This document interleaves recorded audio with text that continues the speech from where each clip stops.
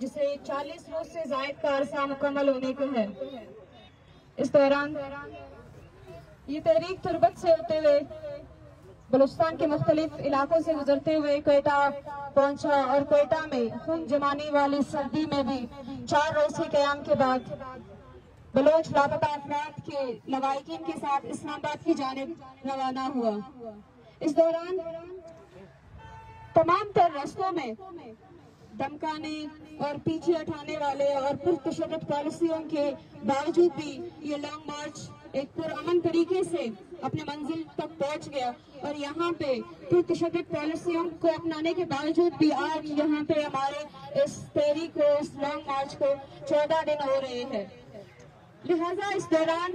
यहाँ पे पुलिस की जानिब से और दूसरे इंतजामिया की जानिब से इन लवाहिकीन को हमें हर तरह से टार्चर किया जा रहा है, हर तरह से डराने की और पीछे हटाने के तमाम तर कोशिशें की जा रही है। उस सूरत में अगर देखें हम तो कभी सामान रोकने और कभी इनकी एंट्री करने पे जो उनके एतराज होते हैं, तो इनके बावजूद भी हमारा ये धरना यहाँ पे जारी है और ये एक सबूत है कि हमारे पास जो बलूचिस्तान से फैमिलीज आ रही है, उनकी बड़ी तादाद यहाँ पे हमारे पहुंचने के बाद जो फैमिलीज आए हुए हैं वो हमारे साथ इस कैंप में शरीक है। तो ये बलूचिस्तान में होने वाले जब के तसलसल, ना रुकने वाले तसलसल और जबरी गुमशुदगियों का ये एक सबूत है कि ये बलूचिस्तान में एक अलमिया है,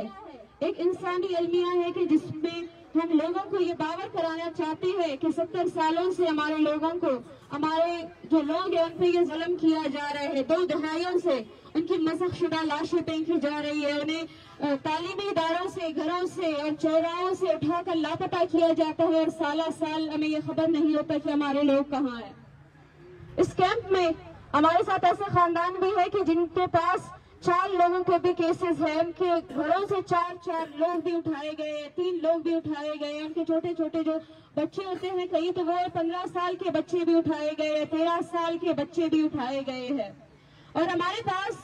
बलूचिस्तान के ऐसे इलाकों से आए हुए लोग यहाँ पे मौजूद है कि जो जिनमें ना मीडिया का असर रसूख है और ना जहाँ पे लोगों को जाने दिया जाता है। ये उस जुल्म का, उस जबर का एक मुंह बोलता सबूत है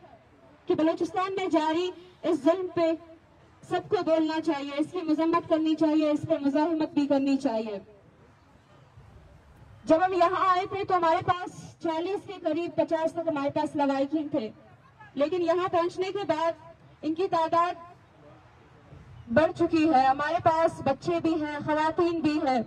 और हमारी बुजुर्ग माएँ भी हैं जो सर्दी में